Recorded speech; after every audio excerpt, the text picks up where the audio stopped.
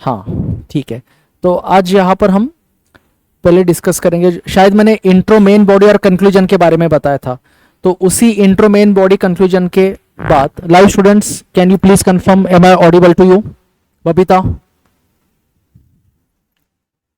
तो यहाँ पर हम कुछ टॉपर कॉपीज डिस्कस करेंगे कि उन्होंने जो आंसर्स लिखे हैं तो उनके क्वेश्चंस, उनके आंसर्स क्या है वो देखेंगे, एंड सेम वही क्वेश्चंस मैं आपको भी देने वाला हूं जो टॉपर्स ने लिखे, then we will compare in the next class. ठीक है, सो कुछ क्वेश्चंस यहां पर पहले हम डिस्कस करेंगे एंड देन हम समझते हैं कि टॉपर्स ने क्या लिखा, उनका अप्रोच क्या था और उसको और कैसे बेहतर बनाया जा सकता है। जैसे कि डिफाइन, ये क्वेश्चन है, I hope this is visible to you. Define public debt and outline the primary concerns associated with public debt management in India. Propose measures to address these concerns. ये क्वेश्चन यहां पर दिया हुआ है। अभी ये कितने का है, वर्ड्स में लिखना है आंसर 150 वर्ड्स में। तो बेसिक रूल मैंने आपको बताया था। Okay, thank you for confirming. Basic rule ये होता है कि अगर मान के चलते हैं कि आपको लेट्स से 150 वर्ड्स या 250 वर्ड्स में अगर आंसर लिखना है तो 150 वर्ड्स 250 वर्ड्स में आंसर लिखते वक्त यहां पर प्लस माइनस थोड़ा बहुत अलाउड है। जरूरी नहीं कि एक्यूरेट 150 या 250 वर्ड्स में आके ही उसको रोक दोगे। अगर आप चाहो तो 150 वर्ड्स का प्लस माइनस 10, 12, 15 वर्ड्स तक अलाउड है। I am saying plus and minus, अगर आप चाहो तो उसको 135 पर आके भी रोक सकते हो। सेम अप्लाइज टू 250 वर्ड्स, लेकिन ये इंश्योर करना होता है कि आपके आंसर का जो कंटेंट है वो रिलीवेंट होना चाहिए। अगर आपने फेक लिखा है, इरिलीवेंट कुछ लिखा है, इनएप्रोप्रिएट है, तब आपको पेनल्टी यहां पर लग सकता है। सो मेक श्योर कि वो रिलीवेंस आपको मिस नहीं करना है, फिर वर्ड्स थोड़े बहुत आगे पीछे होने से चल सकता है। सेकेंड थिंग कि आप ये एक हैबिट बना लो, मैंने प्रीवियस क्लासेस में भी प्लस फाउंडेशन के क्लास में भी ये बात कई बार कहा है। थैंक यू बेटा नयन। फाउंडेशन क्लास में भी मैंने आपको कई बार कहा है कि आप जो यूपीएससी का आता है ना वो फॉर्मेट वाला नोट्स, उसी पर लिखना शुरू करो, तब जाके आपको अंदाजा आ जाएगा कि आपके 150 वर्ड्स कितने पेजेस में खत्म हो रहे हैं या 250 words. Don't use such copies अगर आपको आंसर राइटिंग में मास्टरी चाहिए तो ये एक हैबिट आप सबने बना लेना है आंसर लिखने का कि क्या यहां पर आपने मेंशन करना चाहिए। नाउ थर्ड थिंग, यहां पर जब भी आपको ये अंदाजा आ जाता है, हर किसी का फॉन्ट साइज अलग अलग होता है, तो हो सकता है किसी को 2 पेजेस लगे तो किसी को शायद 2.5 लग सकते हैं, किसी को 1.5 पेज भी लग सकता है। यूपीएससी और एपीएससी एपीपीएससी आपको इनफ पेजेस अवेलेबल करा के दे रहा है। So all I am saying कि ये जो पेपर है इसी फॉर्मेट में आपको लिखना है, किसी भी फोटो कॉपी शॉप पर आपको ये मिल जाता है।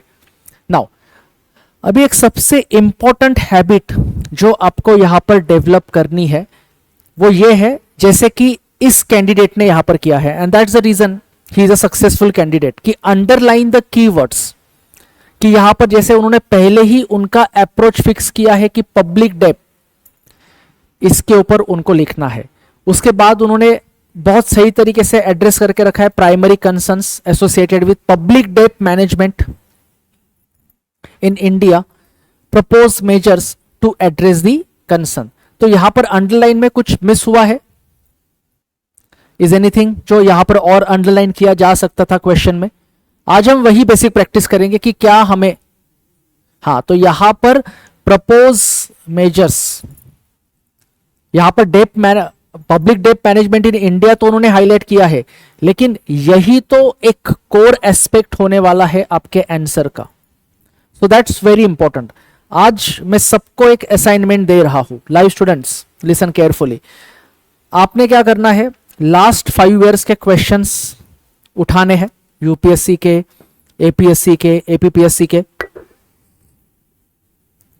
वो लास्ट 5 ईयर क्वेश्चंस लेने के बाद यहां पर आपको आंसर्स नहीं लिखने हैं, बस आपको एचबी पेंसिल से हाईलाइट करना है कीवर्ड्स, और वो हाईलाइटेड कीवर्ड्स आप नेक्स्ट क्लास में मुझे दिखाने आप लेके आइए, या फिर आप मुझे सिंपली व्हाट्सएप कर दीजिए प्रॉपर तरीके से।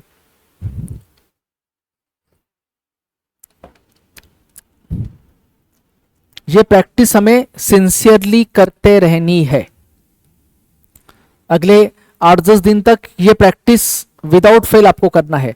लास्ट 5 इयर्स के यूपीएससी, एपीएससी, एपीपीएससी, ये तीनों के आप पेपर उठाइए जनरल स्टडीज के, जनरल स्टडीज 1, 2, 3, 4। अगर आप चाहो, आपका यूपीएससी या एपीपीएससी है तो आप ऑप्शनल का भी पेपर पिक कर लो, जो भी आपका कोई ऑप्शनल है, और सिंपली यही प्रैक्टिस करके, लिखना नहीं है, अंडरलाइन करके मुझे दिखाओ, whether you are highlighting, whether you are underlining the keywords और नॉट। चलो अभी हम दूसरे क्वेश्चन की तरफ बढ़ते हैं। आंसर की तरफ तो मैं बाद में आऊंगा, पहले ये बेसिक प्रैक्टिस हमें करनी है। चलो, अच्छा है कि उन्होंने अंडरलाइन नहीं किया है। Food processing plays a crucial role in enhancing the value of agricultural produce and contributing to economic growth. चलो आप बताओ इसमें क्या क्या हाईलाइट या अंडरलाइन किया जा सकता है। लाइव स्टूडेंट्स आपको भी बताना है। लाइव स्टूडेंट्स आपको ये विजिबल है, ये वर्ड्स, ये क्वेश्चन आप रीड कर पा रहे हो?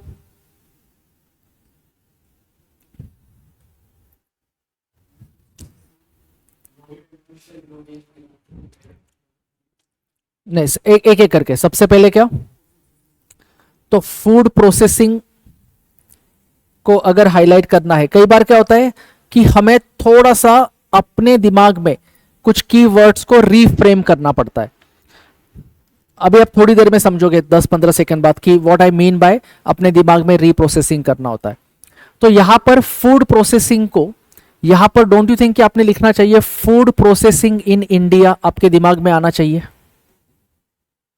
ठीक है? तो फूड प्रोसेसिंग इन इंडिया, उसके बाद आगे क्या हाईलाइट करना चाहिए?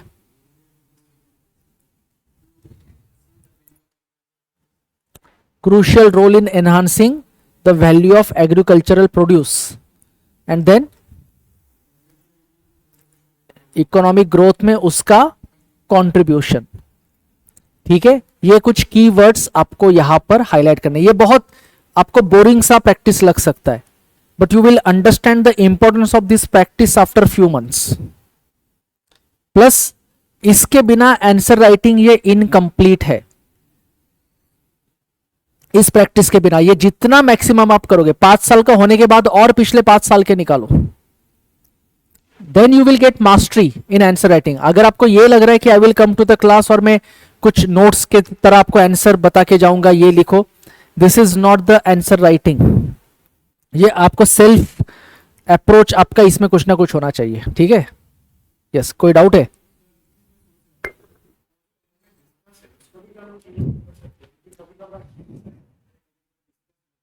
वो तो सबसे इंपॉर्टेंट है कि हमें एग्जैक्टली करना क्या है।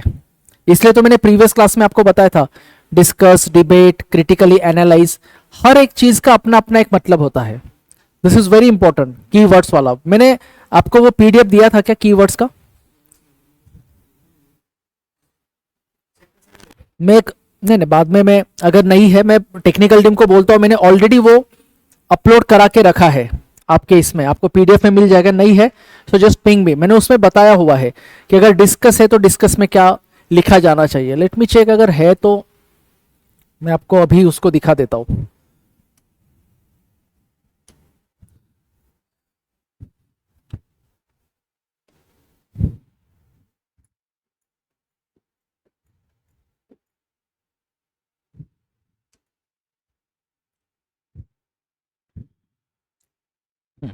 दिस पीडीएफ ये मैं आज अपलोड कर दूंगा।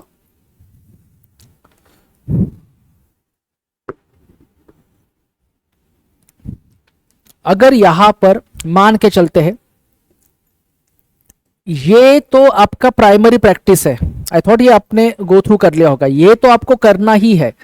और इसको मिरर के सामने लगा के रखो, या जहां पर आप बार बार जाते हो, बार बार आपके आंखों के सामने ये आना ही चाहिए। So it will give you insight कि यहां पर अगर डिफाइन है तो क्या लिखना है, डिस्कस है तो क्या लिखना है। That is very important. वो हाईलाइट में इसलिए नहीं करता हूं क्योंकि ये आपको रटना ही पड़ेगा, ठीक है? नाउ अभी हम वन बाय वन समझते हैं। अगर यहां पर डिफाइन लिखा है तो डिफाइन में क्या आता है? डिफाइन माने to give in precise terms, live students I hope ये रीडेबल है आपके लिए। To give in precise terms the meaning of something, bring to attention any problems posed with the definition and different interpretation that may exist. तो bring to attention any problem माने यहां पर आपको कुछ केस लॉज या case studies ये mention करनी चाहिए।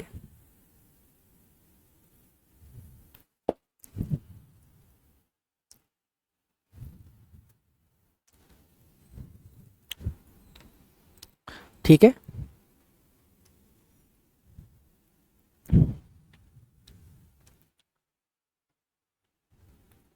Then describe. डिफाइन में क्लियर हो गया? कोई डाउट है डिफाइन में? Precise terms the meaning of something, define करना है ना, हम कहते हैं define your theory of relativity या डिफाइन ग्रेविटेशन, बस आपको बताना है, सिंप्लीफाई करना है। तो यहां डिफाइन करते वक्त ये मेक श्योर करना कि आपका लैंग्वेज जो है वो बहुत ज्यादा मोनोटोनस और एकेडमिक कॉन्टेक्स्ट में ऐसा नहीं लगना चाहिए कि आपने कॉपी पेस्ट किया है। Try to explain in your own words. कुछ चीजों को एकदम हम अपने तरीके से एक्सप्लेन नहीं कर सकते, स्पेसिफिकली जब बात आएगी आपके पेपर 3 की। पेपर 3 में जो आपका साइंस का पार्ट है या जो पेपर 1 में जो ज्योग्राफी है, कुछ साइंटिफिक टर्म्स को आप अपने लैंग्वेज में डिफाइन नहीं कर सकते हो, लेकिन उसका रीअरेंजमेंट तो आप डेफिनेशन का थोड़ा बहुत कर सकते हो विदाउट करप्टिंग और ऑल्टरिंग द कॉन्सेप्चुअल कीवर्ड्स। ठीक है, तो थोड़ा सा अलग दिखाने की कोशिश करो, लेकिन कोर फिलोसॉफी को साइडलाइन बिल्कुल करना नहीं है डिफाइन करते वक्त। तो आपको उसको डिफाइन करना है। Bring to attention any problem posed with the definition. अभी ये हम बार बार देखते रहेंगे हर क्लास में, और इसी से एसोसिएटेड क्वेश्चंस में क्या लिखा जाना चाहिए वो हमें देखना है। तो डिफाइन करते वक्त कुछ केस स्टडीज, कुछ केस लॉज भी यहां पर आपको लाने हैं। मान के चलते एक सिंपल तरीके से समझाता हूं, डिफाइन ग्रेविटेशन, अगर ऐसा क्वेश्चन है तो ग्रेविटेशन को लेके यहां पर आपको न्यूटेनियन पर्सपेक्टिव भी बताना है, लेकिन एंटी न्यूटेनियन अगर कोई पर्सपेक्टिव्स है तो उसको भी आपको यहां पर बताना है। बट अल्टीमेटली कंक्लूड करना है कि ग्रेविटी को एक्नॉलेज किया गया है जो न्यूटन ने कहा था। यहां पर अगर कोई डिफरेंट इंटरप्रिटेशन से ग्रेविटी के, तो वो भी आपको बताने हैं। That's the meaning of define. तो वो डिपेंड करता है कि अगर आपको 150 वर्ड्स में डिफाइन करना है तो आपके ये अदर इंटरप्रिटेशन शायद थोड़े से श्रिंक हो जाए, लेकिन 250 वर्ड्स में करना है तो आपको उसका इंटरप्रिटेशन थोड़ा सा ब्रॉडर करना पड़ सकता है। Understand? Then describe, provide a detail explanation as how and why something happens.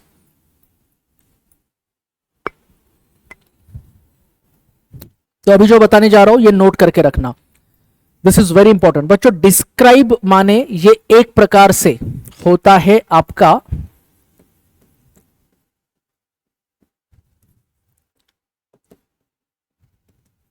Report writing. इसमें आपके पास कुछ भी मेजर ऑल्टरेशन का स्कोप नहीं होगा। ठीक है,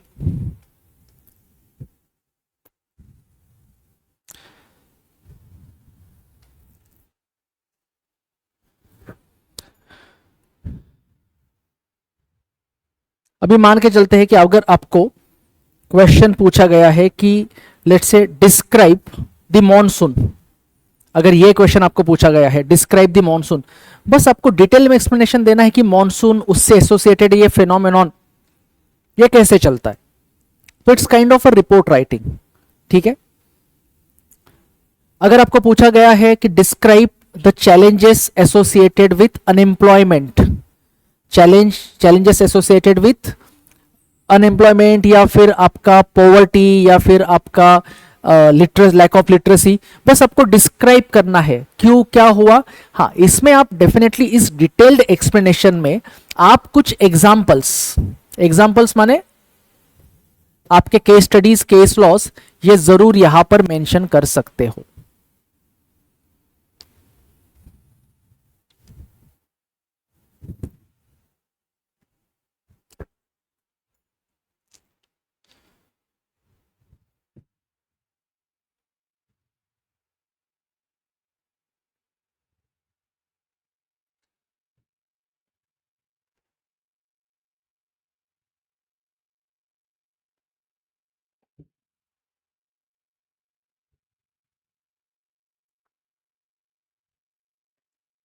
देन डिस्कस।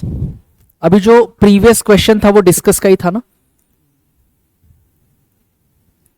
तो हम वो प्रीवियस क्वेश्चन की तरफ जाते हैं। Food processing plays crucial role in enhancing the value of agricultural produce and contributing to economic growth. Discuss, तो डिस्कस करना है मतलब एग्जैक्टली क्या करना है।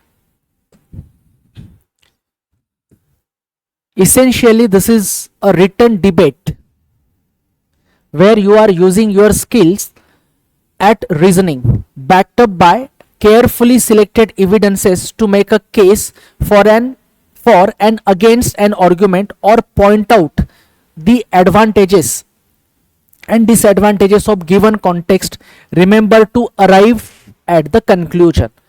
ये थोड़ा सा कॉम्प्लेक्स तरीके से लिखा है, इसको मैं डिकोड करके बताता हूं। इन शॉर्ट, अगर आपको डिस्कस पूछा गया है बच्चों, तो उसमें आपको पॉजिटिव्स एंड निगेटिव्स ये दोनों मेंशन करने हैं।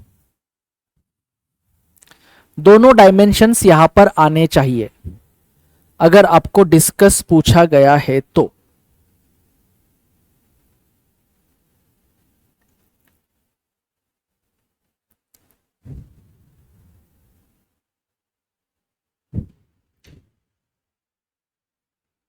ठीक है,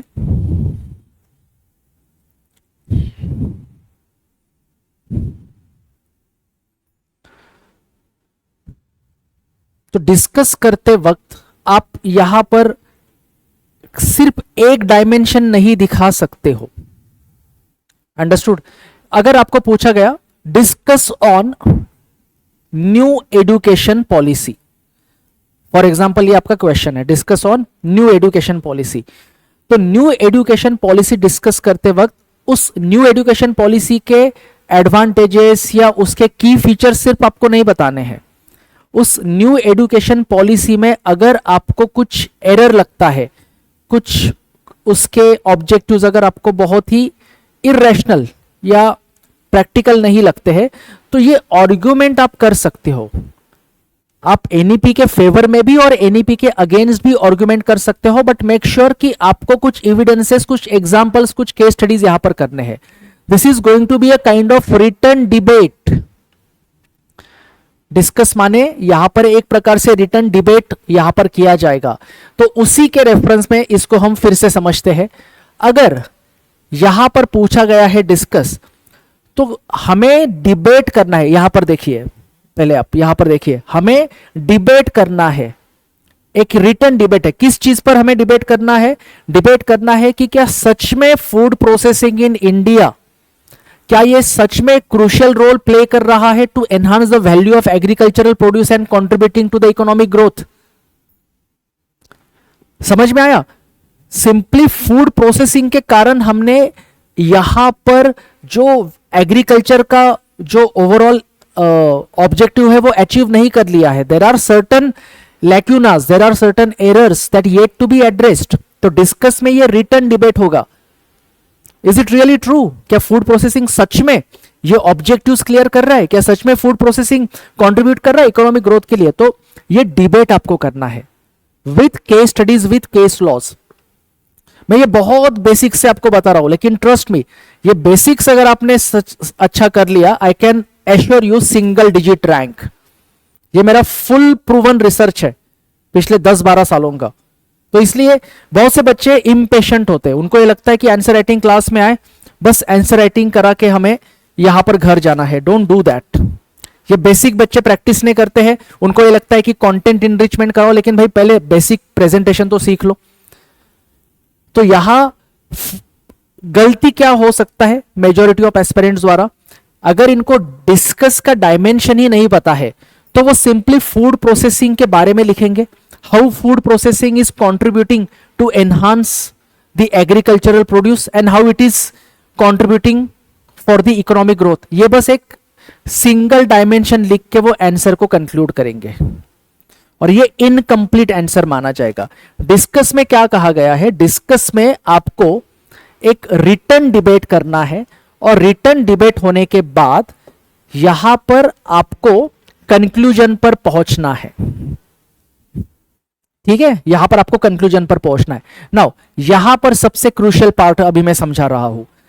ऑलवेज रिमेंबर योर कंक्लूजन इधर शुड बी पॉजिटिव और ऑप्टिमिस्टिक और solution oriented.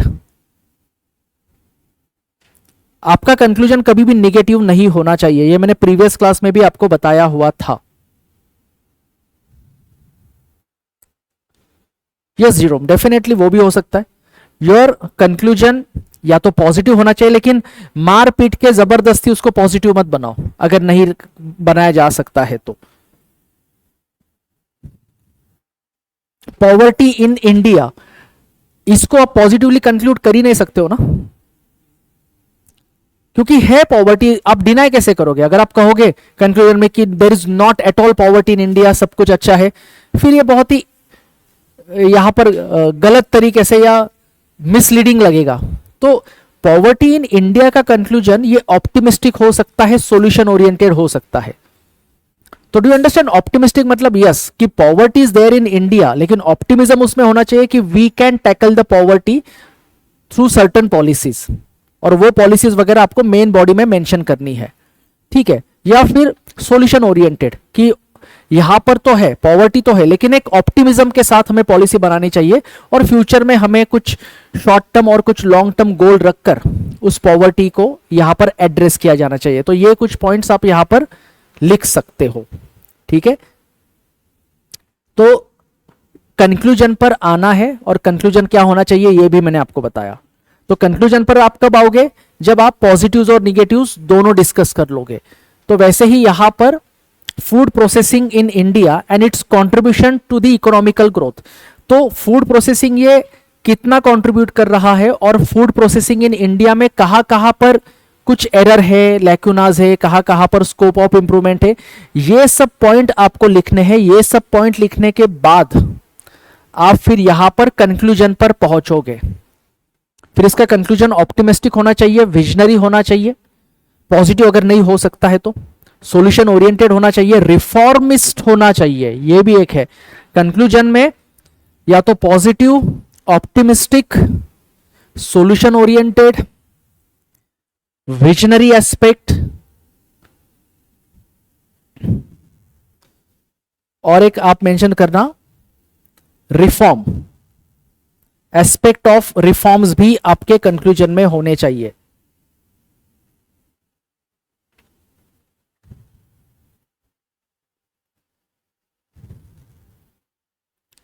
That is very important, aspects of reforms ये वहां पर होने चाहिए, ठीक है।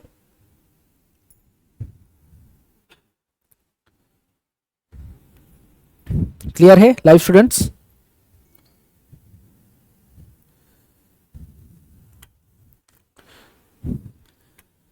Live students, I hope you are able to correlate and decode जो भी मैं एक्सप्लेन कर रहा हूं।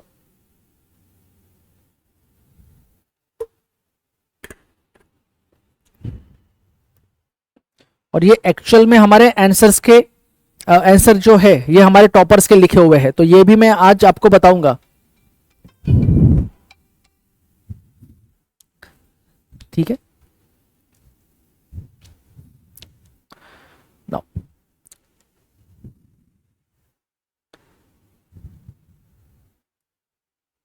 Next question,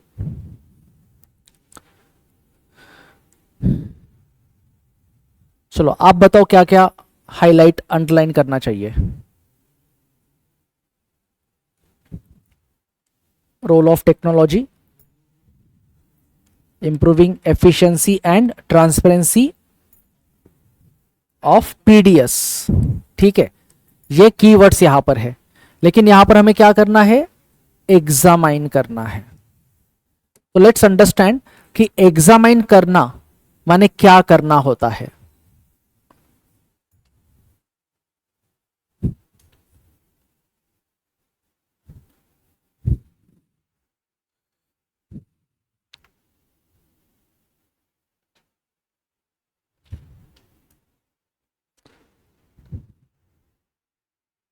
examine,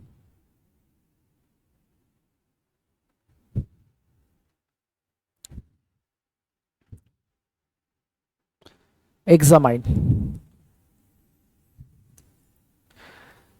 Look in close detail and establish the key facts and important issues surrounding a topic. Look in close detail and establish the key facts and important issues surrounding the topic. You should try and offer reasons as to why the facts and issues you have identified are the most important, as well as explain the different ways they could be constructed. ये आपको examine में करना होता है.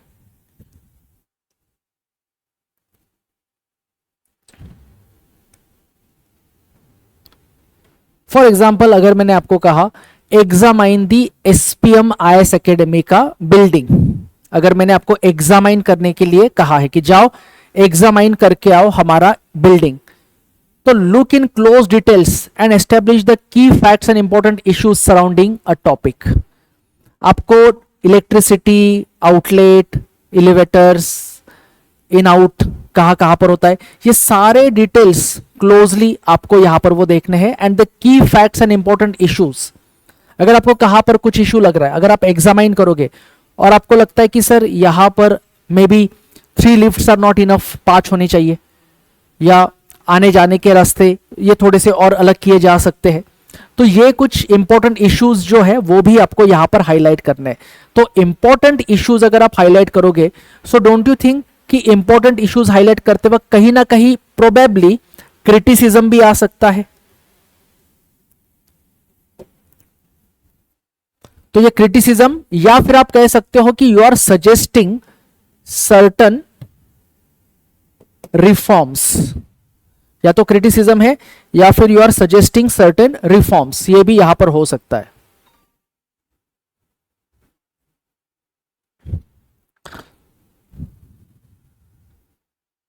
उसके बाद अगर आपने बिल्डिंग को आइडेंटिफाई किया और आपने ये कहा कि यहां पे लिफ्ट 3 नहीं 5 चाहिए, वॉशरूम का नंबर बढ़ा दो, या फिर ड्रिंकिंग वाटर फैसिलिटी के बारे में, तो आपको यह बताना भी है कि जो आपने आइडेंटिफाई किया है वो इंपॉर्टेंट क्यों है, उसके रीजंस बताओ. सेफ्टी रीजन हो सकता है, हाइजीन रीजन हो सकता है, क्राउड मैनेजमेंट हो सकता है, तो आपको यह बताना है. Try and offer reasons as to why the facts and issues you have identified are the most important, as well as explain the different ways they could constructed. तो यहां पर भी आप रिफॉर्म या सॉल्यूशन बता रहे हो. ठीक है, फिर आप बता सकते हो कि लिफ्ट की जगह ये नहीं ये चाहिए थी, या 3 लिफ्ट यहां पर 2 लिफ्ट यहां पर कर दो, यहां पर स्टूडेंट्स का एंट्री एग्जिट जो है, एंट्री एग्जिट के ये लोकेशंस होने चाहिए, वाटर स्टेशन कहां पर होना चाहिए, वॉशरूम कहां पर होना चाहिए. तो एग्जामाइन में क्रिटिसिज्म तो आ सकता है, लेकिन क्रिटिसिज्म के साथ साथ आपको इसका सॉल्यूशन, रिफॉर्म, ये भी बताना आवश्यक है. Understand?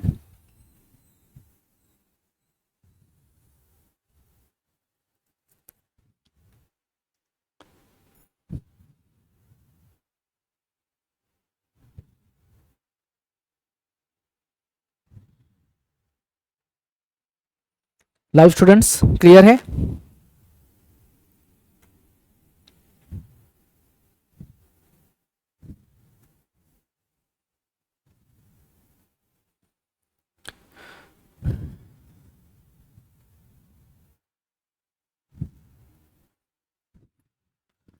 Am I audible now? अभी आ रहा है आवाज?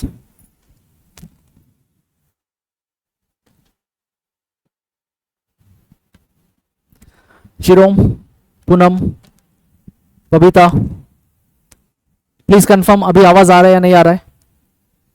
ठीक है, क्लियर हो गया एग्जामाइन में क्या करना है. और आपको ये एक क्लास में नहीं समझ में आएगा, ये पीडीएफ अपलोड होने के बाद इसको आपको बार बार रीड करना है, घर जाके फिर से इसको रीड करो, इसको और डिकोड करो. मैं तो एक्सप्लेन कर ही रहा हूं, लेकिन अगर चाहे तो रेफरेंस के तौर पर ये जो मेरा क्लास है रिकॉर्डिंग में फ्यूचर में भी आप देख सकते हो, ये जो मैंने एक्सप्लेन किया हुआ है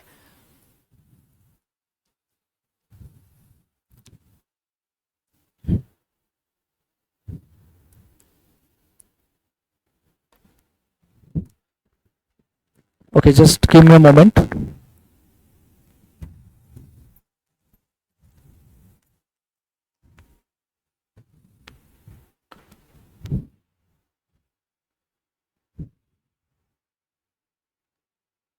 Now, इसमें क्या क्या हाईलाइट करना है बताइए।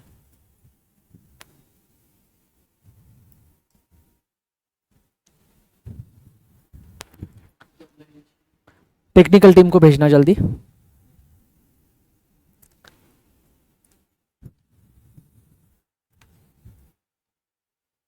Impact of globalisation on inclusive growth. Good. और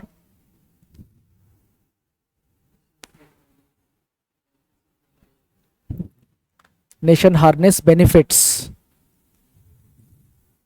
of globalisation mitigating its negative consequences. Fine. तो यहां पर वर्ड क्या है? एनालाइज। ठीक है, तो एनालाइज में क्या होता है वो हम समझेंगे। क्लियर हो गया? अभी जो प्रीवियस क्वेश्चन की तरफ एक 2 मिनट के लिए चलते हैं हम। जैसा हमने डिस्कस किया कि एग्जामाइन में role of technology in improving the efficiency and transparency of PDS, तो how technology is contributing effectively for the PDS, ये तो बताना ही है, लेकिन कहां कहां पर ड्रॉबैक्स या एरर से उसको भी हाईलाइट करना है एग्जामाइन में, क्योंकि क्रिटिसिज्म भी आ गया। फिर आप यहां पर पॉइंट मेंशन कर सकते हो कि टेक्नोलॉजी है, लेकिन क्या टेक्नोलॉजी का रीच इंडिया में उतना है क्या? सभी बच्चों के लिए मैं सही से ऑडिबल हूं अभी? प्लीज एक बार कंफर्म कर देना, थम्स अप देके। यहां पर टेक्नोलॉजी है, लेकिन टेक्नोलॉजी का रीच कितना है? टेक्नोलॉजिकल इंफ्रास्ट्रक्चर का एप्लीकेशन पीडीएस में किस प्रकार से हो रहा है? रूपम दा, आवाज का कुछ इश्यू बच्चे बोल रहे थे। अभी तो ठीक है, अपने बैकएंड से एक बार चेक कर लेना। ये तो चार्ज है ना, ये एक बार बताइए। ये एम्प्टी तो नहीं है ना? ये 2 है मतलब चार्ज है।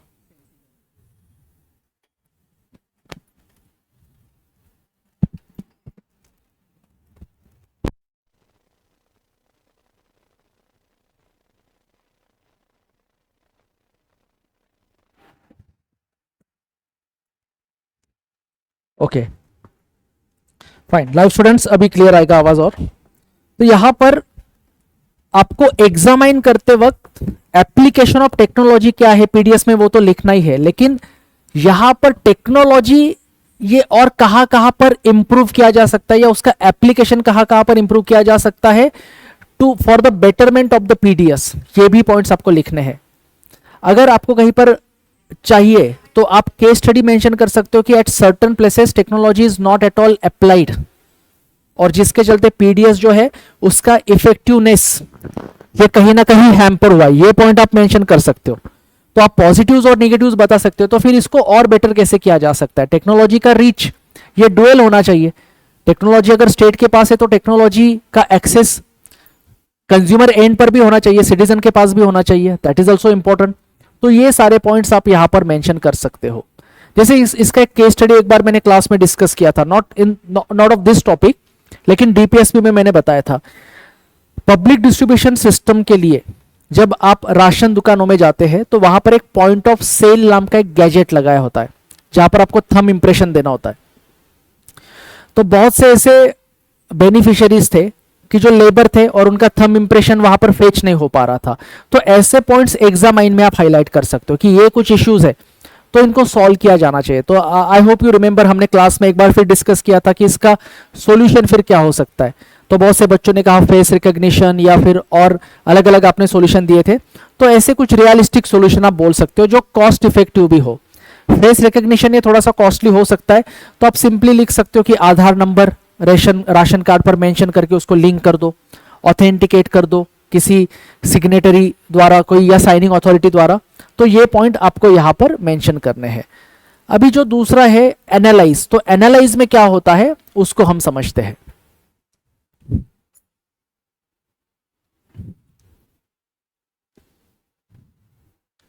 एनालाइज में आपको लिखना है break an issue into its constituent parts. Break an issue into its constituent parts. Look in depth at each part using supporting arguments and evidence for and against, as well as how these interrelate to one another. ये आपके analyse में आएगा.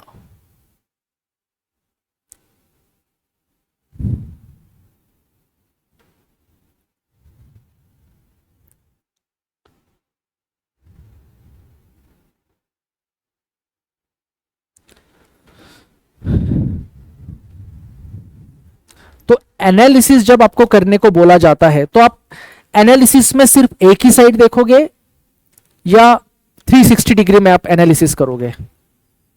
360 degree में analysis किया जाता है.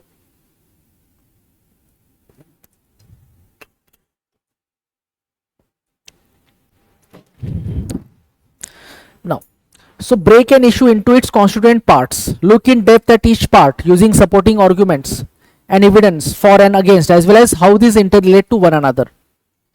इसका सबसे बेस्ट एग्जाम्पल है newspaper analysis bye Satyajit sir. ये सबसे बेस्ट एग्जाम्पल है. सत्यजीत सर ने नाम क्या दिया है? Newspaper analysis. तो सत्यजीत सर जो न्यूज़पेपर एनालिसिस कर रहे हैं, सर क्या कर रहे हैं? सर एक न्यूज़पेपर के आर्टिकल को, इश्यू को पिक करते हैं. सर उस इश्यू को पिक करने के बाद इन डेप्थ यहां पर सर उसका एनालिसिस करते वक्त उसके सपोर्टिंग आर्गुमेंट्स, एविडेंसेस, उसका डेप्थ क्या है वो सब आपको एक्सप्लेन करेंगे. और ये एक्सप्लेन करते वक्त सर का अपना खुद का ओपिनियन होता है. सर अपना एक कंक्लूजन उस आर्टिकल के बारे में बताएंगे. सो एनालाइज करते वक्त सर वो जो फैक्ट्स है वो तो आपको बता रहे हैं, लेकिन फैक्ट्स बताने के बाद ये फैक्ट्स का कंक्लूजन क्या होगा कि कुछ ना कुछ एक वैलिड कंक्लूजन किया जाएगा. ये सारा एक न्यूज़पेपर आर्टिकल, मान के चलते कि सर ने अगर आपका टेक्नोलॉजी पर कोई एक आर्टिकल डिस्कस किया है या पॉलिटी का कोई आर्टिकल डिस्कस किया है, तो उसका रिलेशन क्या है? मतलब लेट्स से कि सर ने अभी डिस्कस किया था कि आपका विमेन रिजर्वेशन बिल, तो विमेन रिजर्वेशन बिल का रिलेशन विमेन डेवलपमेंट या विमेन का जो स्टेटस है, सोसाइटल स्टेटस, वो इंप्रूव करने में क्या हो सकता था. तो ये एनालिसिस में ये सारे पॉइंट्स आएंगे. मतलब एनालाइज करते वक्त you need not to compromise with the facts. जो फैक्ट्स है वो फैक्ट्स आपको एज इट इज बतानी ही है, लेकिन फैक्ट्स बताने के साथ साथ एनालाइज करते वक्त कुछ सपोर्टिव आर्गुमेंट्स और उसके कुछ अगेंस्ट भी अगर क्रिटिसिज्म है तो वो आप यहां पर बता सकते हो.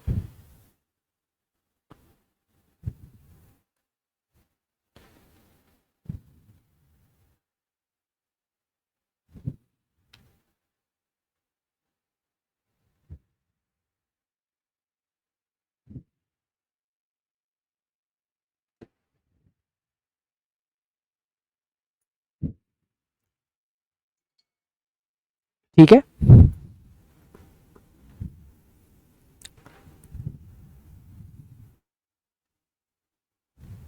Fine.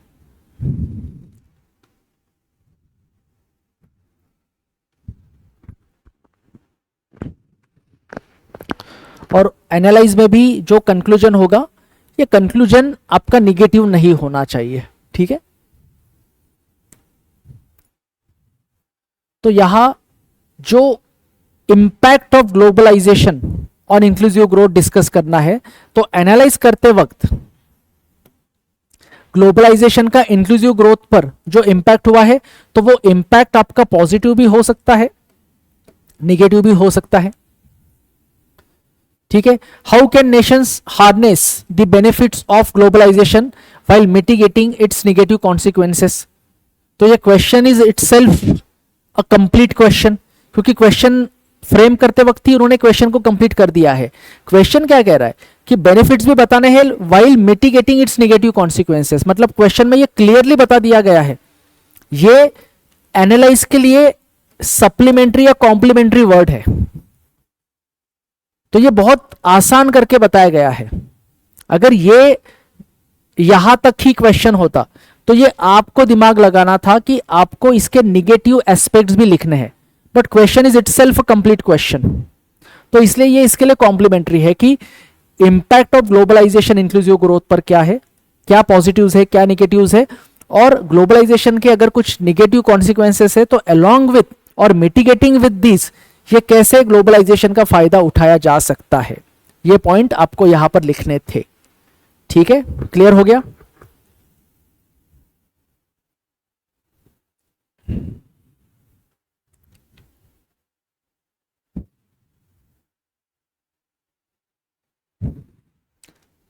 Now next question same वही है, एनालाइज का।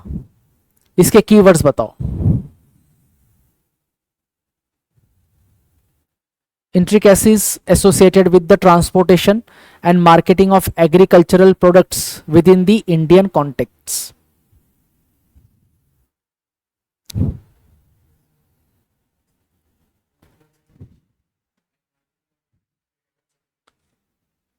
Indian context.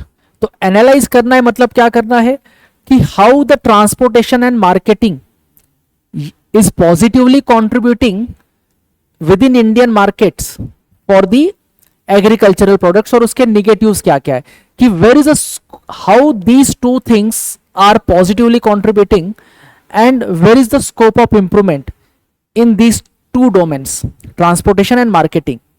इसको ठीक कैसे किया जा सकता है, एंड सो फार इसने काम कितना सही तरीके से किया है, and how this transportation and marketing is linked with the agricultural development. ये पॉइंट भी आपको यहां पर मेंशन करना है। ठीक है,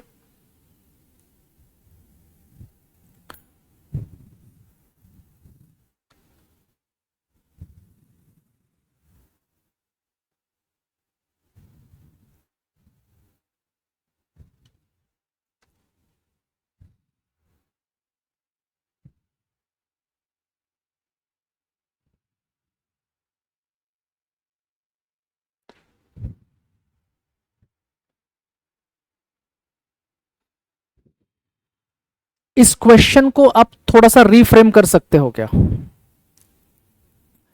ये भी एक धीरे धीरे मैं प्रैक्टिस लॉन्च करने वाला हूं कि reframe the question in your own words. आप वर्ड्स बदल सकते हो, एनालाइज रहने दो, इसका रेफरेंस पॉइंट जो है वो आप बदल सकते हो। Is there any topic coming to your head? हो सकता है एनपीए का हो सकता है कोई करंट इवेंट का, कोई आपने अगर न्यूज पढ़ा हो, या कोई आपका कोर एकेडमिक डोमेन में जो स्टैटिक पार्ट का है, तो वो कोई आप इसमें इंक्लूड कर सकते हो क्या?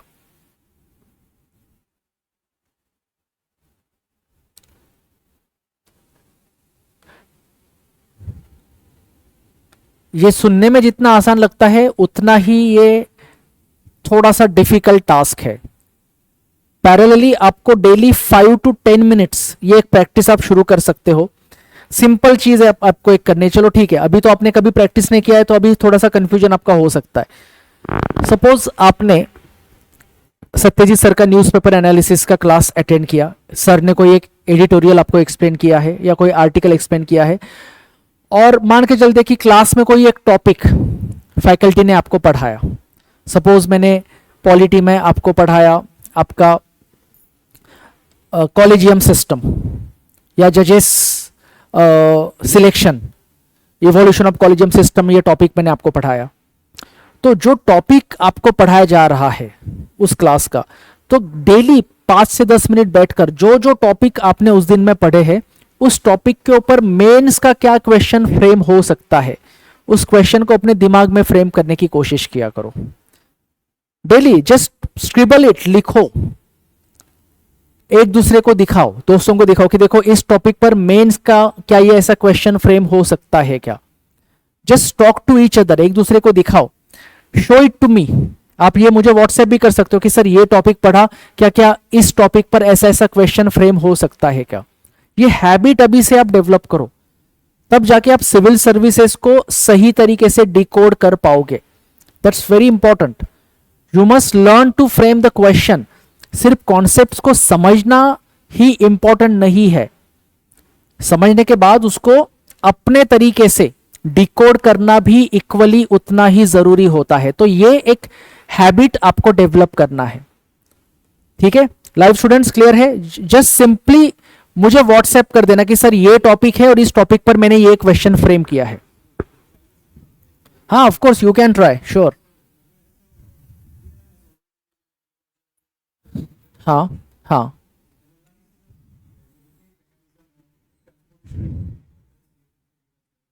Definitely you can mention that, surely आप कर सकते हो।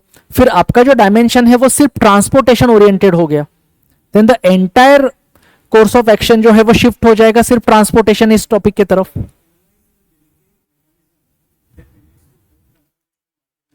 वो भी हो सकता है। Then you added the marketing. पहला क्वेश्चन भी आपका सही था, पहले क्वेश्चन में all you wanted to focus only on the transportation part, ठीक है, लेकिन यहां पर आप मार्केटिंग वाला एस्पेक्ट भी इंक्लूड कर सकते हो, ठीक है। I don't want to go into the core detailing of the answer, क्योंकि this is not my subject.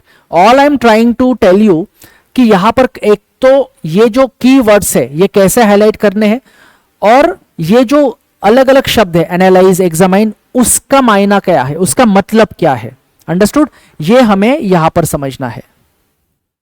अच्छा, 2023 का क्लास आपको याद है Machantung? I appreciate, very good. हाँ, मैंने 23 के क्लास में भी ये एग्जाम्पल बताया था, 24, 25, 26 में भी ये एग्जाम्पल मैं 2 बार बता चुका हूं एसपीएम में, ठीक है। नाउ नेक्स्ट क्वेश्चन की तरफ बढ़ते हैं, और ये हैबिट आप आज से ही शुरू करना। अभी तो आज का क्लास तो हो चुका है, आज तो कोई क्लास नहीं है इसके बाद और, लेकिन मंडे से ये प्रैक्टिस आपको स्टार्ट करना है। नाउ दिस क्वेश्चन, चलो बताओ जल्दी क्या क्या हाईलाइट कर सकते हैं।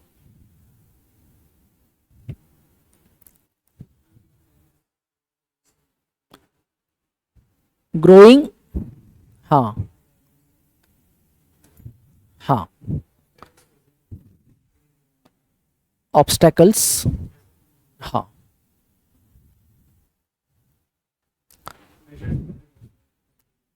this is very important. Measures have the Indian government implemented to address them?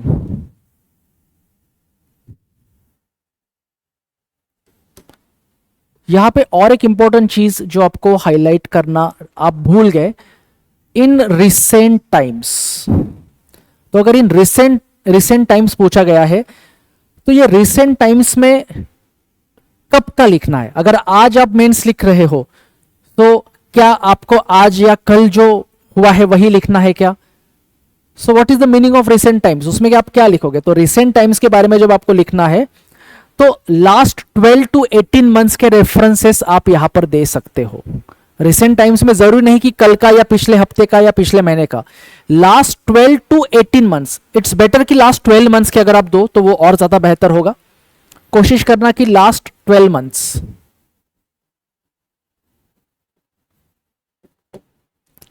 उसके रेफरेंसेस आप देने की कोशिश करो।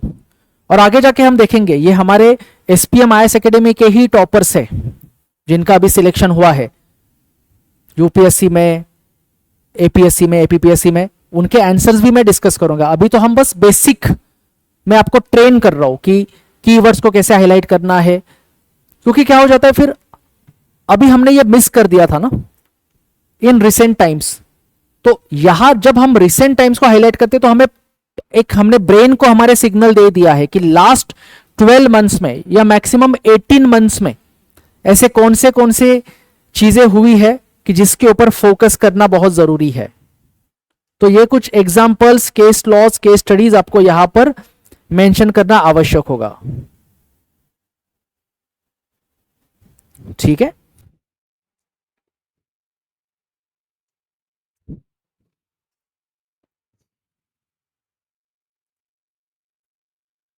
चलो, इससे अभी इसमें एनालाइज, एग्जामाइन ऐसा तो कुछ दिया हुआ नहीं है, तो यहां पर रिसेंट टाइम्स या थोड़ा सा एक एडिशन या न्यू एडिशन आप यहां पर कह सकते हो। तो आपको ये करंट रेफरेंसेस, केस स्टडीज कुछ मेंशन करना आवश्यक हो जाता है, एग्जांपल्स मेंशन करना आवश्यक हो जाता है। और यहां पर जो पूछा गया है आपको कि ऑब्स्टेकल्स, तो ऑब्स्टेकल्स को भी आपको जस्टिफाई करना है विथ एग्जांपल्स, ठीक है। अभी यहां चलो, एक वर्ड है एड्रेस देम। एड्रेस करना मतलब क्या? Any logic? एड्रेस करना है मतलब क्या करना होगा?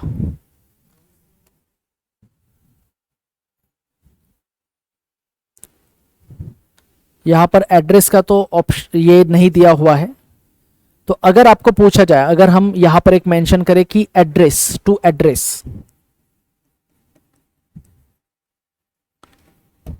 तो टू एड्रेस में हमें क्या मेंशन करना चाहिए?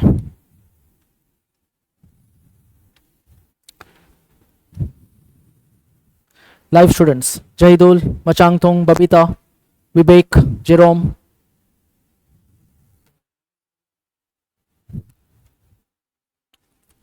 Okay, see there is a thin line between address and analyse. Address करना है मतलब आपको वो एनालाइज ही करना है। एनालाइज करते वक्त आपको ये एस्पेक्ट्स मेंशन करो एड्रेस करते वक्त। अभी इस स्पेसिफिक क्वेश्चन में आपको एड्रेस, आई एम सॉरी, इस स्पेसिफिक क्वेश्चन में आपको जो एड्रेस करना है, तो एड्रेस करते वक्त जो भी कोई ऑब्स्टेकल्स और चैलेंजेस है उसको आपको एड्रेस करना है। और ये कब हो सकता है? जब आप उसको एनालाइज करोगे। तो एड्रेस करते वक्त ये बात को ध्यान में रखना है वाइल एड्रेसिंग, कि यहां पर जो फैक्ट्स है वो फैक्ट्स आपके सारे के सारे एप्रोप्रिएट फैक्ट्स होने चाहिए। That is very important. ठीक है,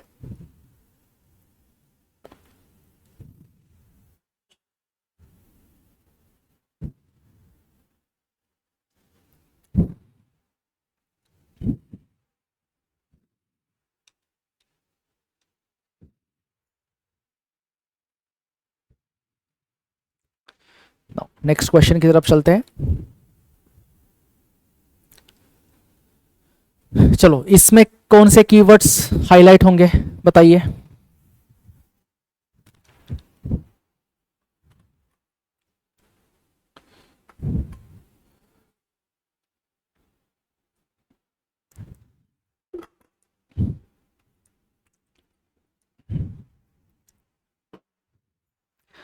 टॉपर ने क्या हाईलाइट किया है, जरूरी नहीं कि आपको वही पढ़ना है। आप अपना खुद का लॉजिक लगाओ, आप क्या हाईलाइट करोगे।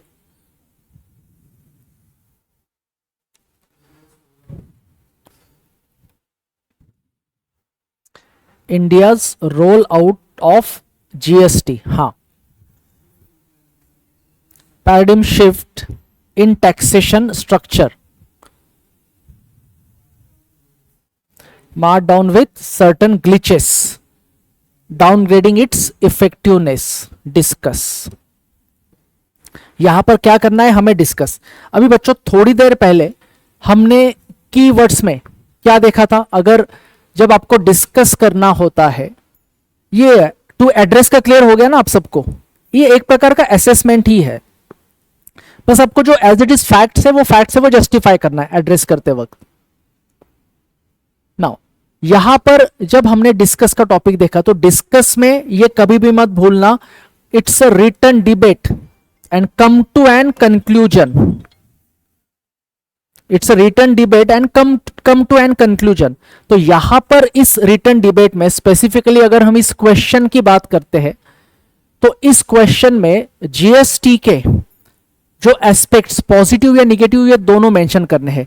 If we opted for the GST regime, so GST regime को ऑप्ट करने का स्टेट अथॉरिटीज का ऑब्जेक्टिव क्या था?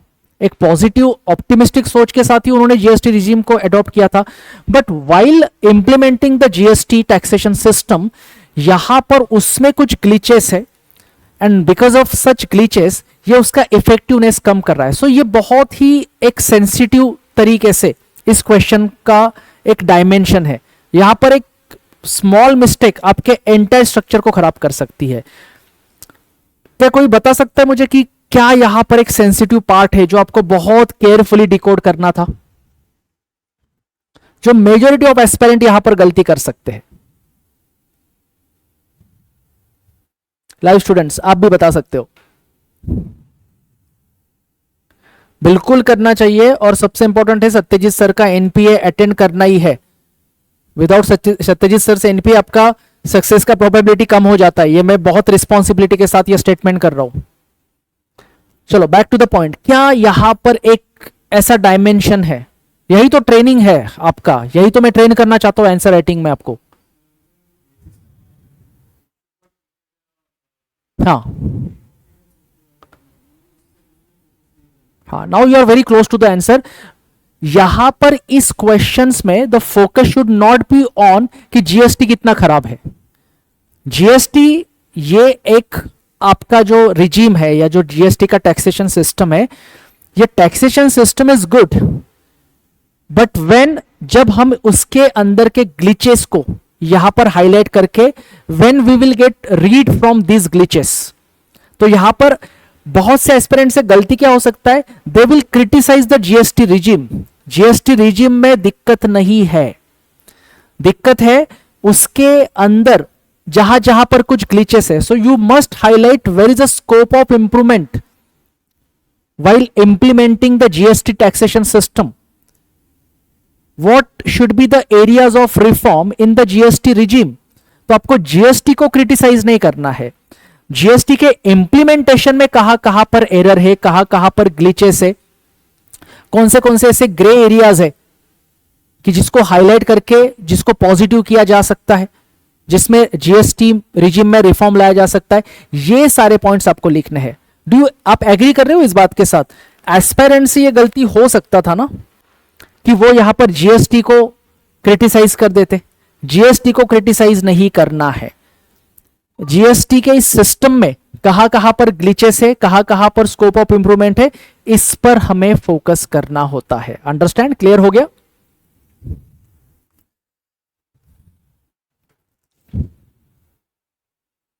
नेक्स्ट क्वेश्चन की तरफ बढ़ते हैं।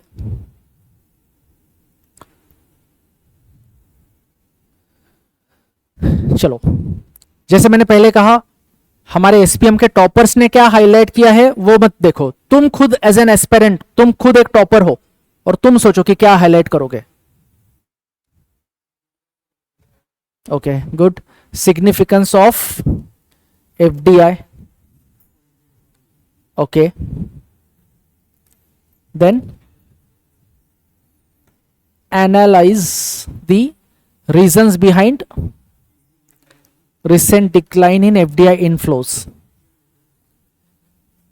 आपको सजेस्ट करने remedial measures to enhance FDI। तो यहां पर आपको क्या करना है, फिर से एनालाइज करना है। तो एनालाइज में फिर से ये ऐसे रिपीटेड प्रैक्टिस के बाद ही आप समझ पाओगे।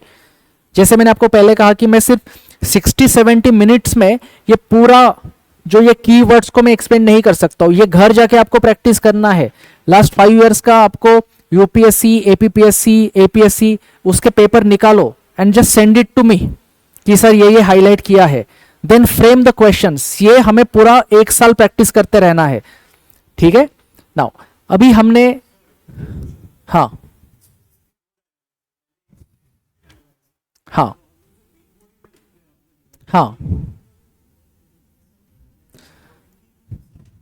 बिल्कुल। डू यू रिमेंबर, शायद मैंने प्रीवियस क्लास में ये टॉपिक आपको एक्सप्लेन किया था कि कुछ क्वेश्चंस ये एक सिंगल यूनिट क्वेश्चन होते हैं और कुछ क्वेश्चंस के अंदर ही आपके 2 या 3 क्वेश्चंस छुपे होते हैं।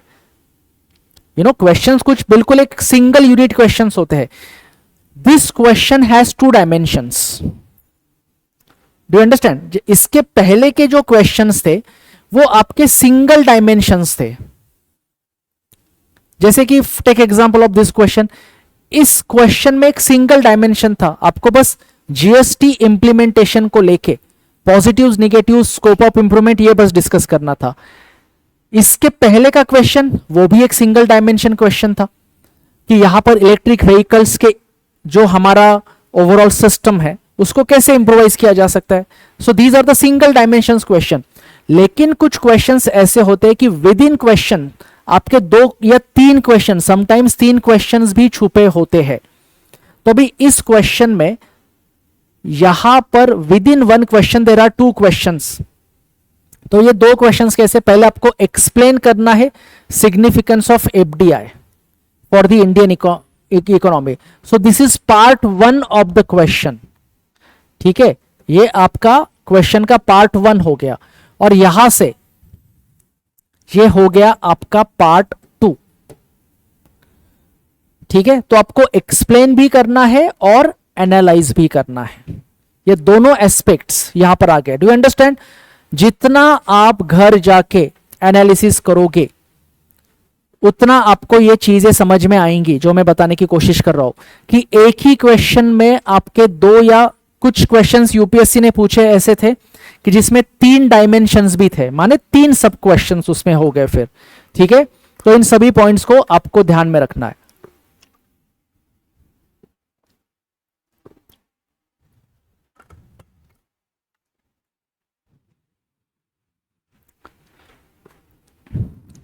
तो अभी एक्सप्लेन में क्या करना होता है और एनालाइज में क्या करना होता है। एक्सप्लेन में clarify your topic by giving detailed account as to how and why it occurs.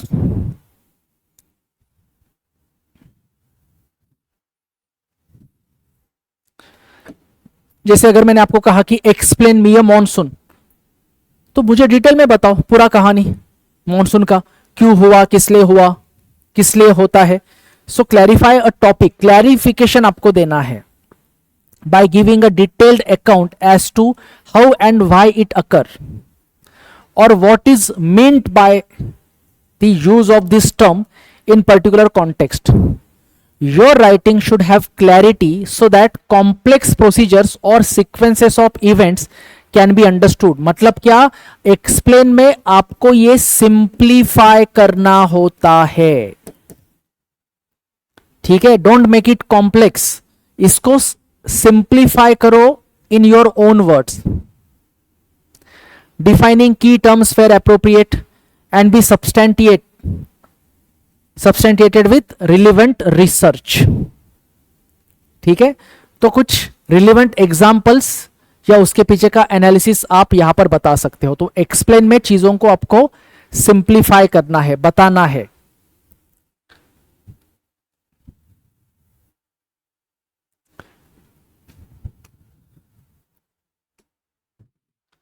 So explain the significance of FDI for the Indian economy. बस स्ट्रेट फॉरवर्ड आप बताओ, एक्सप्लेन करो कि FDI का सिग्निफिकेंस क्या है हमारे इकोनॉमी के लिए। तो उस सिग्निफिकेंस को एक्सप्लेन करते वक्त 360 डिग्री में यहां पर आपको बताना चाहिए। Now here your focus should be on significance only, क्योंकि यहां पर मुझे बताइए एक्सप्लेन में कहीं पर भी आपको डिबेट, क्रिटिसिज्म ऐसा कुछ कहा गया है? नो। क्लैरिफाई द टॉपिक, तो आपको सिग्निफिकेंस ही बताना है, दैट्स इट। अगर आपको यहां पर क्वेश्चन कुछ ऐसा होता कि explain the positives and negatives associated with FDI on the micro, small and medium enterprises, अगर ऐसा क्वेश्चन होता तो तब एक्सप्लेन करते वक्त आपको दोनों एंगल बताने थे। यहां ये बहुत माइन्यूट डिटेल्स है, इसलिए मैं कहता हूं कि answer writing is an art. आप कॉन्सेप्ट समझ सकते हो क्लास में बैठ के, लेकिन ये स्किल सेट ये इक्वली इंपॉर्टेंट है, ये प्रैक्टिस से आता है। यहां पर एक रैशनल और साइंटिफिक अप्रोच बहुत जरूरी है, कॉमन सेंस बहुत जरूरी है आंसर राइटिंग के लिए। यहां पर एक्सप्लेन में आपको अगर टॉपिक को क्लैरिफाई करना है तो ये जो हमारा क्वेश्चन है उज्जवल प्रियांक ने लिखा हुआ, तो इस क्वेश्चन में आपको सिग्निफिकेंस पर ही फोकस करना है, निगेटिव एस्पेक्ट्स आपको यहां पर लाने ही नहीं है। But when it comes to analyse the reasons behind the recent decline in FDI inflows और इसको कैसे इंप्रूवाइज किया जा सकता है इंडिया में, ये मेजर्स या ये सजेशंस आपको देने, तो ये जो आपको यहां पर एनालाइज करना है। तो एनालाइज में हमने फिर क्या देखा? Break an issue into a constituent parts, look in depth at each part using supporting arguments and evidence for and against।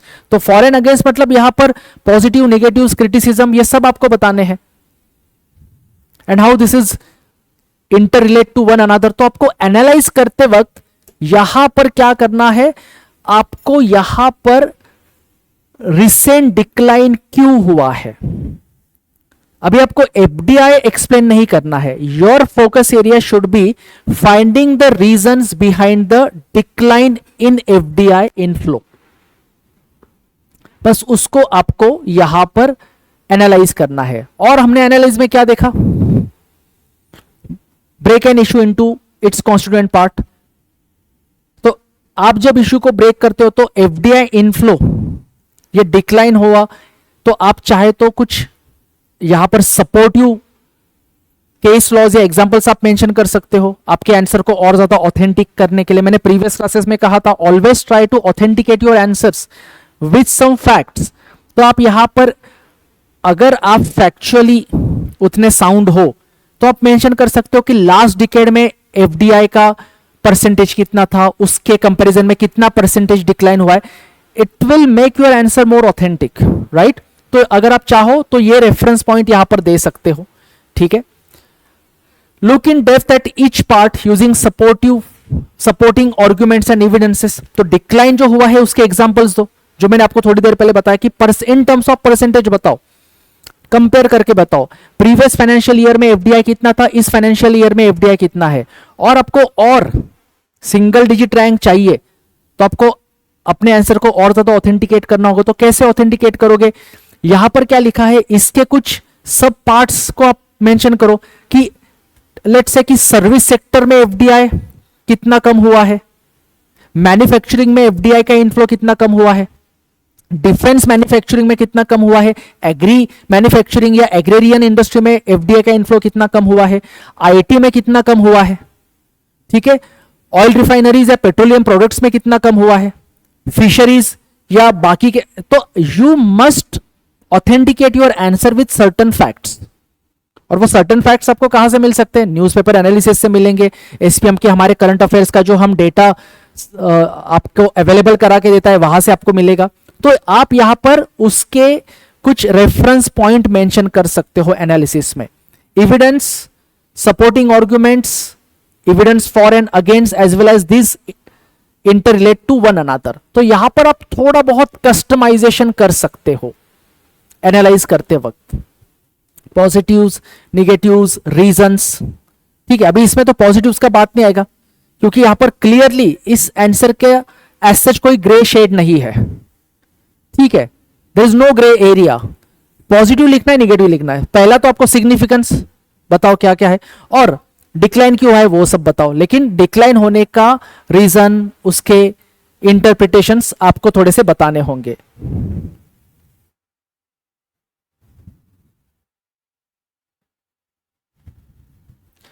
Yes, Machant hung. We will discuss maybe not in this class. I'll explain it to you over WhatsApp. ठीक है, otherwise ये class का flow अभी थोड़ा disturb हो जाएगा और upcoming classes में हमें पॉलिटी के कुछ क्वेश्चंस वैसे भी डिस्कस करने ही है, तो वो डिस्कशन में आ ही जाएगा। ठीक है, now let's move to the next question now.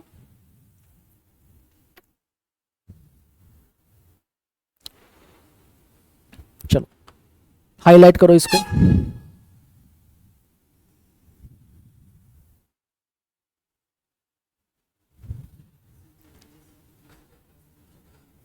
Benefits and challenges of digital transformation in India. यहां पर फिर से क्या करना है, discuss.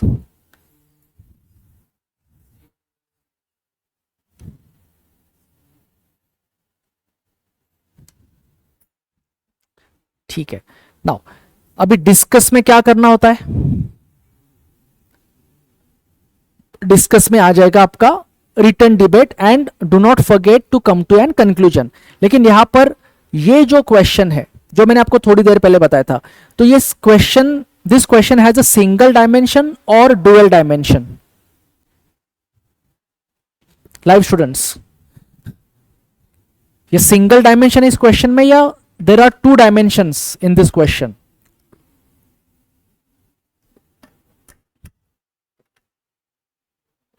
Of course, there are two dimensions in this question. First dimension क्या है? Benefits and challenges of digital transformation in India. This is part 1 of the question. और दूसरा पार्ट शुरू होता है डिस्कस से. This is part 2. Discuss the role of various stakeholders in ensuring smooth and inclusive transition to a digital economy. तो सबसे पहले ये स्ट्रेट फॉरवर्ड आपको बताना है what are the benefits and challenges. तो ये क्वेश्चन भी अपने आप में एक कंप्लीट क्वेश्चन है. क्यों? क्योंकि यहां पर आपको ज्यादा दिमाग लगाना नहीं है, आपको सिंप्लीफाई करके दिया है, डिकोड करके दिया है कि भाई बेनिफिट्स भी बताओ और चैलेंजेस भी बताओ. मतलब पॉजिटिव नेगेटिव्स दोनों बताने हैं डिजिटल ट्रांसफॉर्मेशन के. तो ये पार्ट आप पहले एक्सप्लेन करोगे. अभी हो सकता है कि आपके मन में क्वेश्चन है कि सर अगर डुअल डायमेंशन क्वेश्चन है तो किस पार्ट को कितना वेटेज देना चाहिए. ये मैं अपकमिंग क्लासेस में डिकोड करने वाला हूं. अगर ये आपको 150 वर्ड्स में लिखना है, जरूरी नहीं कि फिर ये 150 वर्ड्स में लिखते वक्त ये आपको यहां पर 75 वर्ड्स में लिखना चाहिए। हो सकता है कि इसका वेटेज 50 वर्ड्स का हो लेकिन इसका 100 वर्ड्स का आपको देना होगा। तो ये कैसे डिसाइड करना है ये मैं अपकमिंग क्लासेस में एक्सप्लेन करूंगा। Yes Babita, Zahidul, absolutely correct. तो यहां पर इसको अभी के लिए पॉज करते हैं, ये मैं अपकमिंग क्लासेस में डिकोड करूंगा। अभी यहां पर सिंपली आपको बेनिफिट्स बताने हैं, चैलेंजेस बताने हैं, end of the story. Question में अगर ऐसा लिखा होता कि analyse the digital transformation in India या examine the digital transformation in India, तो तब आपको यह दिमाग लगाना था कि आपको पॉजिटिव्स और निगेटिव्स दोनों लिखने हैं। या फिर सिंपली लिखा होता discuss the digital transformation in India, तो भी आपको ये एक रिटर्न डिबेट यहां पर करना ही था। लेकिन यहां पर ये पार्ट जो है आपको सिंप्लीफाई करके दिया है, मतलब सर्व करके दिया कि भाई देखो ऐसा ऐसा लिख दो। लेकिन डिस्कस यहां से फिर आपको दिमाग लगाना है कि डिस्कस करना है, मतलब क्या, डिस्कस करते वक्त एक रिटर्न डिबेट आपको यहां पर करनी है। और रिटर्न डिबेट करते वक्त आपको एक कंक्लूजन करना भी आवश्यक है। और आज सबसे इंपॉर्टेंट चीज जो मैंने आपको सिखाई है वो है कंक्लूजन आपका पॉजिटिव होना चाहिए, लेकिन उसको मार मरोड़ के पॉजिटिव में मत लाओ। जैसे मैंने आपको पॉवर्टी का एग्जांपल दिया कि आप ये कंक्लूड नहीं कर सकते हो कि इंडिया में पॉवर्टी है ही नहीं या इंडिया में इलिटरेसी है ही नहीं। तो ये आप फोर्सफुली पॉजिटिव कंक्लूजन जब नहीं कर सकते हो तो आपका कंक्लूजन ये आपका ऑप्टिमिस्टिक होना चाहिए कि yes we can do it in future. ये एक अच्छे पॉलिसी के साथ, स्कीम के साथ हो सकता है। ऑप्टिमिस्टिक होना चाहिए, सॉल्यूशन ओरिएंटेड होना चाहिए, उसमें आपको रिफॉर्म्स का एक रिफ्लेक्शन, हालांकि रिफॉर्म्स क्या होने चाहिए ये आपको मेन बॉडी में बताना होता है। आप रिफॉर्म्स कंक्लूजन में सजेस्ट नहीं कर सकते हो, लेकिन जो रिफॉर्म्स आप मेन बॉडी में मेंशन करोगे वो यहां पर वैलिडेट करता है आपके कंक्लूजन को कि ऑलरेडी आपने रिफॉर्म्स बताए हैं मेन बॉडी में। तो आप एक रेफरेंस नोट या रेफरेंस पॉइंट्स 2-3 शब्दों में लिख सकते हो कि एज मेंशन्ड अर्लियर, कि ऐसा ऐसा करने से ये रिफॉर्म्स लाए जा सकते हैं। तो डिस्कस में आपको ये दोनों एस्पेक्ट्स यहां पर मेंशन करने हैं। ठीक है, क्लियर है? सो आई होप आज भी आपने कुछ नया सीखा है। पिछले तीनों क्लासेस में मैं आपको बहुत, मतलब माइक्रो लेवल से मैं मैक्रो लेवल तक आपको लेके जाऊंगा। बट ट्रस्ट मी, इस पूरे जर्नी में आप क्लास आते हो, क्लास एंजॉय करते हो, आपको समझ में आता है, लेकिन आप घर पे जाके अगर ये प्रैक्टिस नहीं करोगे then it's of no use. It's very important. मैंने ना वो कोई तो एक मूवी था विल स्मिथ का, द कराटे किड, मेरे जनरेशन का मूवी है, शायद आपने नहीं देखा होगा।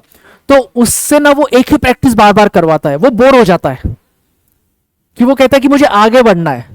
बट इट्स वेरी इंपॉर्टेंट, वही स्मॉल प्रैक्टिस आपको बार बार करनी है। ये जो मैं इतना आपको फोर्सफुली कहता हूं कि ये करना ही है, घर जाके ये करो, ये देखा जाए तो बहुत ही स्मॉल प्रैक्टिस है। 5 साल के पेपर निकालो, अंडरलाइन करो, ये क्या हो गया। बट इसका इंपॉर्टेंस आपको कुछ महीने बाद पता चलेगा।